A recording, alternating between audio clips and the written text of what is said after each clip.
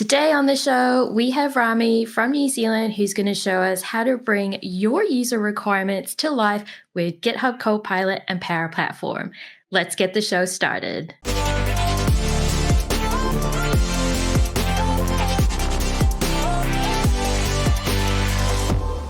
Hi, everyone. Welcome back to the Low Code Revolution show.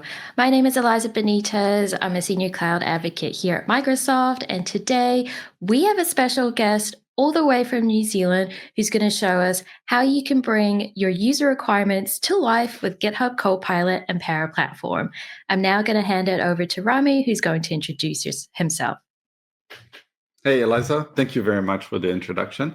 So I'm Rami, I'm from New Zealand, and I'm basically Elaiza's neighbor. So it feels like we're so close to each other, yet so far. We should be in the same studio recording today, but that's okay, maybe next time.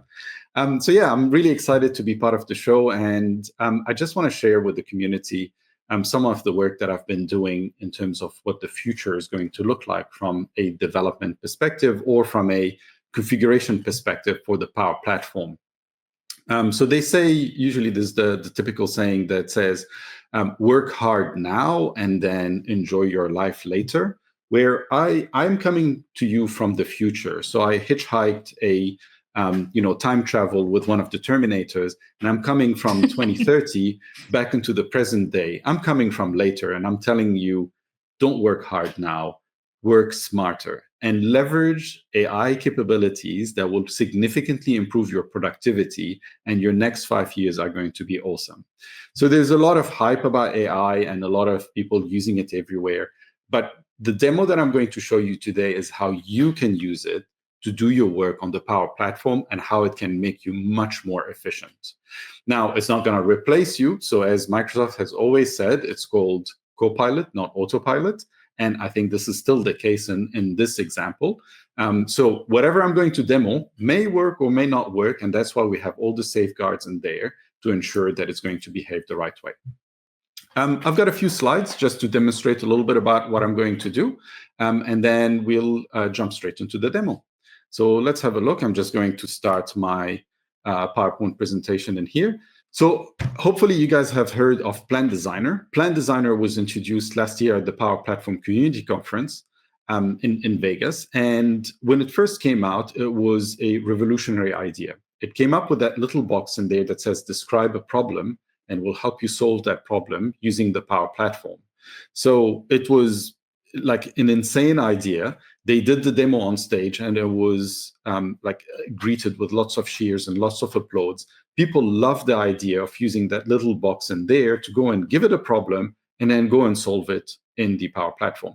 It could create your Power Automate, it could create your security roles, it could create your model-driven apps, your Canvas apps, and that was just the beginning. They had plans, Microsoft has plans to also introduce things like Power Pages, to also introduce things like low-code components like triggers and functions that will soon be replacing a lot of the capabilities in there, generating Power FX, and even integrating with Git to take all of that solution and then push it somewhere. And it went through a few iterations. So the first thing that we said is, hey, that little box in there doesn't usually work. So why don't we actually make that box a little bit bigger so that we can give it more information? Because typically when you're trying to build a solution, you give it a lot of information that goes in, and you want that space to type it in. So they listened to our feedback, and what they did is they gave us a slightly bigger box. So if you go and use Plan Designer today, this is what it's going to look like. But that was still not exactly what we were after. We wanted something that can grab a lot of information that is available in any shape or format. Now, yes, you can go and attach some files. So for example, an ER diagram or some requirements and things like that.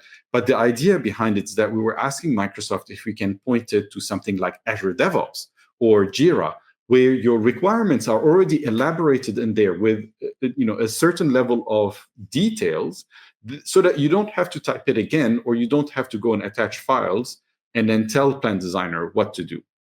So for a few conferences, and hopefully you guys can find those slides in one of the major conferences, but Microsoft has been talking about the different levels of AI transformation. The first one being where it's driven by a human. So a person is using some AI capability, an agent, let's say, to go and communicate with that agent and then get information back. Typically, what you would do with Copilot, for example, or ChatGPT, you just have your little agent on the side and you're interacting with it. Now, as the agents become more common and they mature, your organizations are going to have an arsenal of agents that are sitting in the background that you can go and interact with. Today, I want to talk to the HR agent. Tomorrow, I want to talk to the Power Automate agent or the Power Platform agent, and so on. So you'll have a few of those available in there. Now, there's a big leap between level 2 and level 3, where the agents start taking control, and you as a human is controlling what are those agents doing. So, for example, you would have an agent listening in the background to, let's say, an email that comes into your inbox, and it would go and summarize it and maybe create an action for you to go and work on. So it's autonomously working in the background, supporting you in your day-to-day work. And then the final level, which is the nirvana, is where the agents take over. You're just there for an oversight, from an oversight perspective, making sure that they're doing the right thing. So the demo that I'm going to do today is in between level 2 and level 3. So basically just taking that leap where you're still interacting with an agent, but in a way you're telling it, hey, there's a requirement out there. Can you go and build it for me? And this, I believe, is going to be the future of how we're going to be building those Power Platform solutions moving forward. Now, I love the Power Platform. I've used it for most of my career, and it pays my bills. And I always see that there's a way to actually improve on how we interact with the Power Platform. And I think this is the core of that presentation.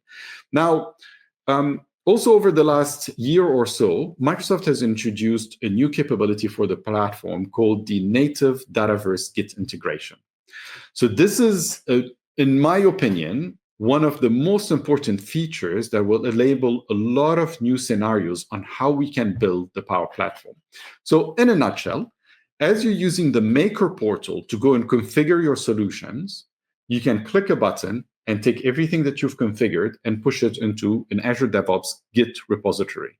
And it will have a representation of your entire solution generated in YAML format, so you can go and visualize what it has done and decide whether you're happy with it or not. So this is a first step, in my opinion, to what we would call a dev-first approach. So the development-first approach is where you take the pro-code aspect of building the Power Platform. And when I say building, I mean creating tables, generating columns, attributes, configuring things using code instead of using the Maker experience, and then getting it to build whatever you want it to build, and then moving it into a Git repository, and that will synchronize directly with the Dataverse environment. Almost to the point where the paradigm that we're trying to take is to have everything, the source of truth being your source code, as opposed to being an environment that you cherish and you're too afraid to lose. And then that way the environments become irrelevant, because you can just get rid of them and then rehydrate them again from a Git repository that will take all the schema, all the solutions, install it into your environment, and also go and generate whatever reference data that you need and hydrate it with some useful data that you can use it as a development environment or as a test environment. You do your work in there, and then once you're done with it, just tear it down. And then you've got everything back in source code that, again, you can rehydrate things and so on.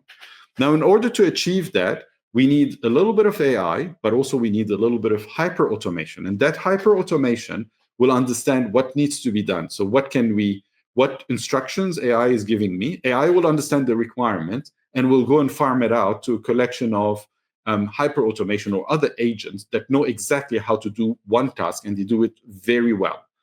So if I want to illustrate that, it will be something like that. So we ask an agent to go and implement a requirement. The agent will then go and fetch that requirement from Azure DevOps. It will check what needs to be done. And in our example, it will be to go and generate some new schema. It will check what's the existing schema to make sure it's not creating the same schema again.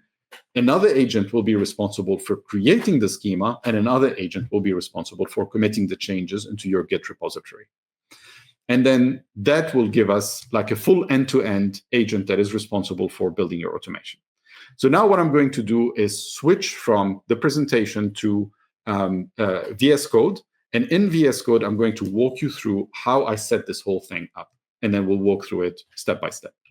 So what we have in here is a Git repository. So this is available in the public. So it's in my personal Git repository. So I'll show you the samples later, and then there's a link at the end of my presentation that has all the references there. It's still a work in progress, so hopefully, over time, it's going to get better and better. But what I have in here is a high-level prompt, and that prompt knows how to address a requirement, how to build schema, and how to update Git in there. Each one of them referencing another prompt. So it's under .github/prompt. So this is the prompt of prompts, and it references the schema, the Git, and the analysis. So analysis is, if I ask GitHub Copilot to go and address a requirement, what does it need to do? And in here, it actually gives it a step-by-step instruction on what needs to be done. So it goes into that /requirement folder, which is in here. It reads all the requirements files in there, and it goes and then builds the schema that is defined in schema. In this one, build schema.prompt. And then once it's done with that, then it goes into committing the code into Git, so update Git, which is, again, the prompt is available in there. So how does it build the schema? It goes and reads the instructions that are available in that CSV file. It then calls a PowerShell command, and this is where hyperautomation comes in, to create the attributes for each line that is available in the CSV file.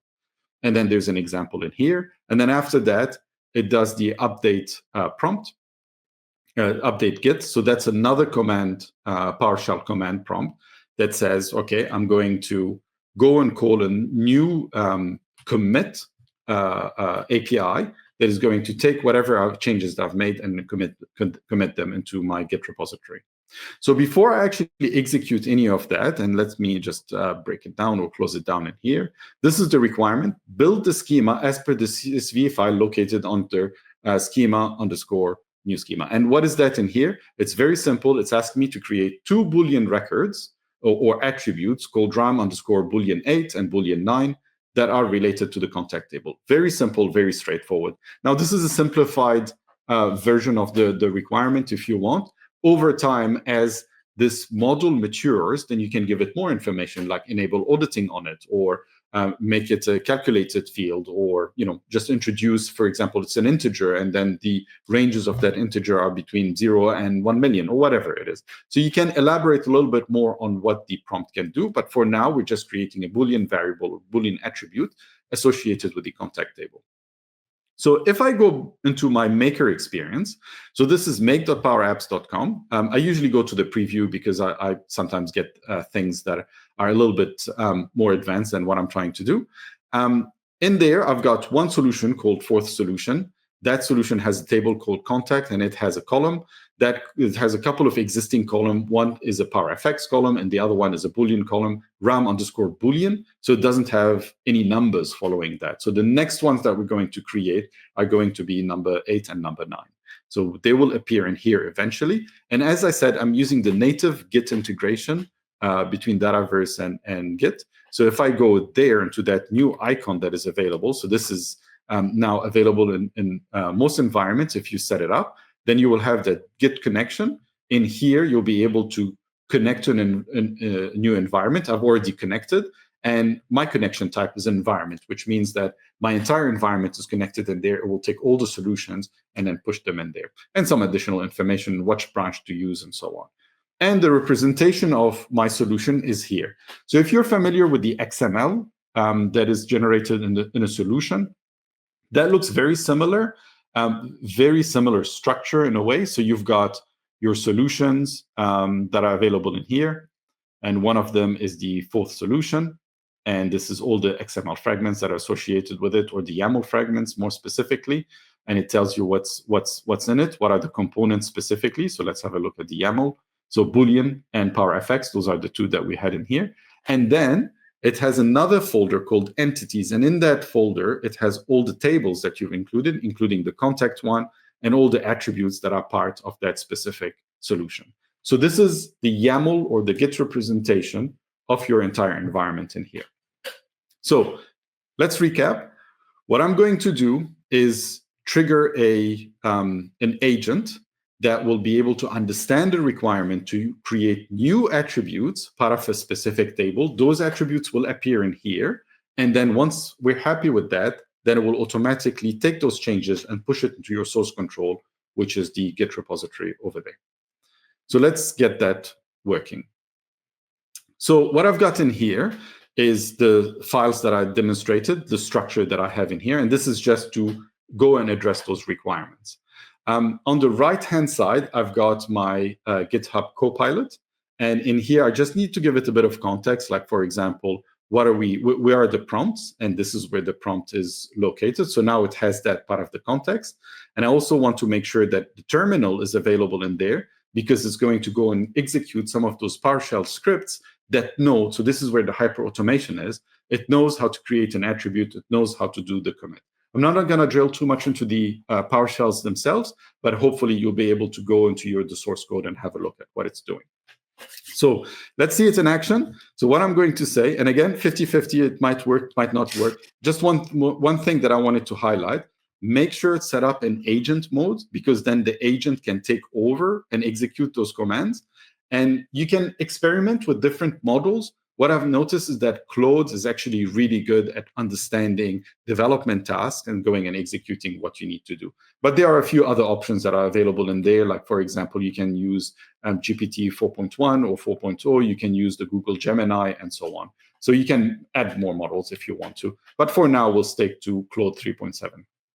So the simple task that I'm going to ask it to do is address the requirement as per the prompt of prompts. Let's see if it's going to understand that. So now it's going to start thinking about what needs to be done.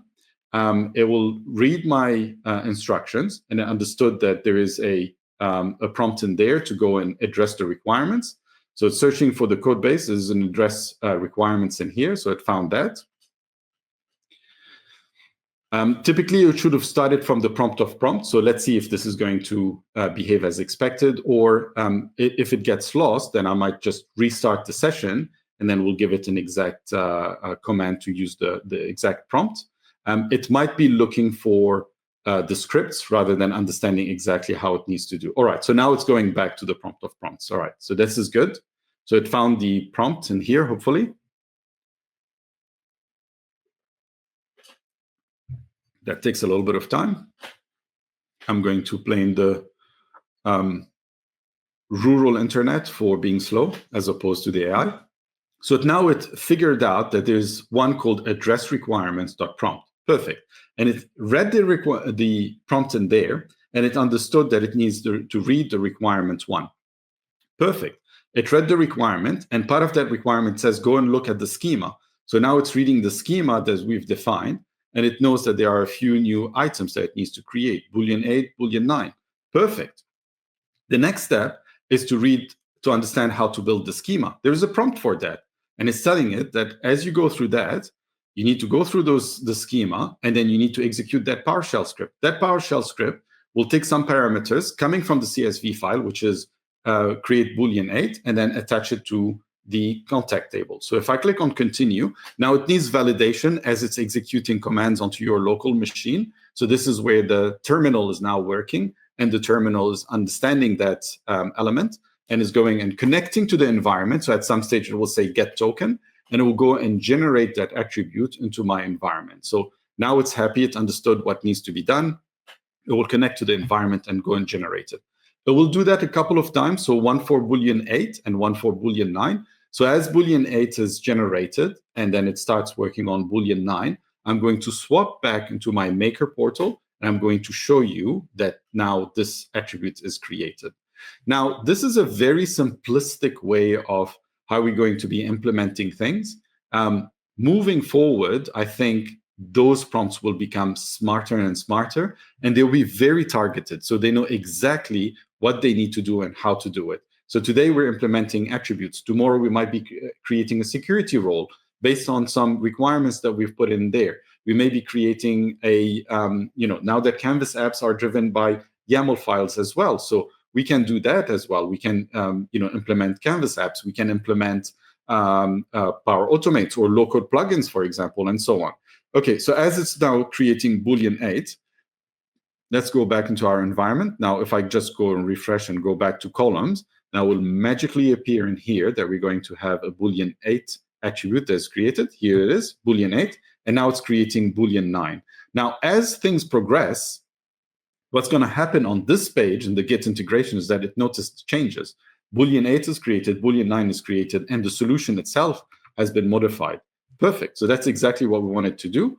Now that it finished that, it's going to go to the last step, which is go and create a commit into Git. And again, there's a prompt that says update git.prompt, and that's the command that it needs to create. And notice that even the comment itself is generated by AI. So I've created Boolean 8, Boolean 9 for table contact, and it's part of that solution that we're doing. So continue that. This is the final step where it's taking our changes and pushing them into our maker, into our source code. So if you think about it, what if this agent is actually running in the background? What if this agent is waiting for new requirements coming in from ADO, and every time a trigger happens that there's a new ADO requirement that showed up, then it goes and downloads that requirement, understand what needs to do, call the correct agents to do your changes, and then push those changes into your environment. I think if I go back to the analysis, I might have said, display a success message with some sparkles. So is it going to generate some sparkles? I don't know. Let's have a look. Let's have a look. Here we go. Sparkles. Yay. Success. So it's even understood that, just make it visible that everything was successful and everything worked fine. So going back to our environment, those were changes that were identified. If I refresh that page, the changes are gone because they've already been committed. No more changes in here. And if I go to my solution and I look at my commits, then hopefully there are one that is just created now by myself, which is AI created Boolean attributes, Boolean 8 and Boolean 9. And here you get a visual representation of all the changes that happen. Let's have a look at the solution component. So this is doing a diff that's showing you, hey, those two new attributes were added into your solution, Boolean 8 and Boolean 9, which is exactly what we're expecting. And those are the bits that were added. Now, that doesn't have to be a commit. That could be a pull request. So it actually generates a pull request for a tech lead to go and have a look at those changes and then decide whether they've been implemented correctly or not. So again, going back to that concept, you don't have to go to the maker experience. You don't have to go to ADO other than to approve what AI has done. So it minimizes the interaction and the clicks that you have to do, and it will focus more on hyper-automation and on your AI. In this final slide, there's a few links that I would like you guys to go and have a look at if you're interested in pursuing a similar model that builds those AI agents. So I've got my GitHub repository.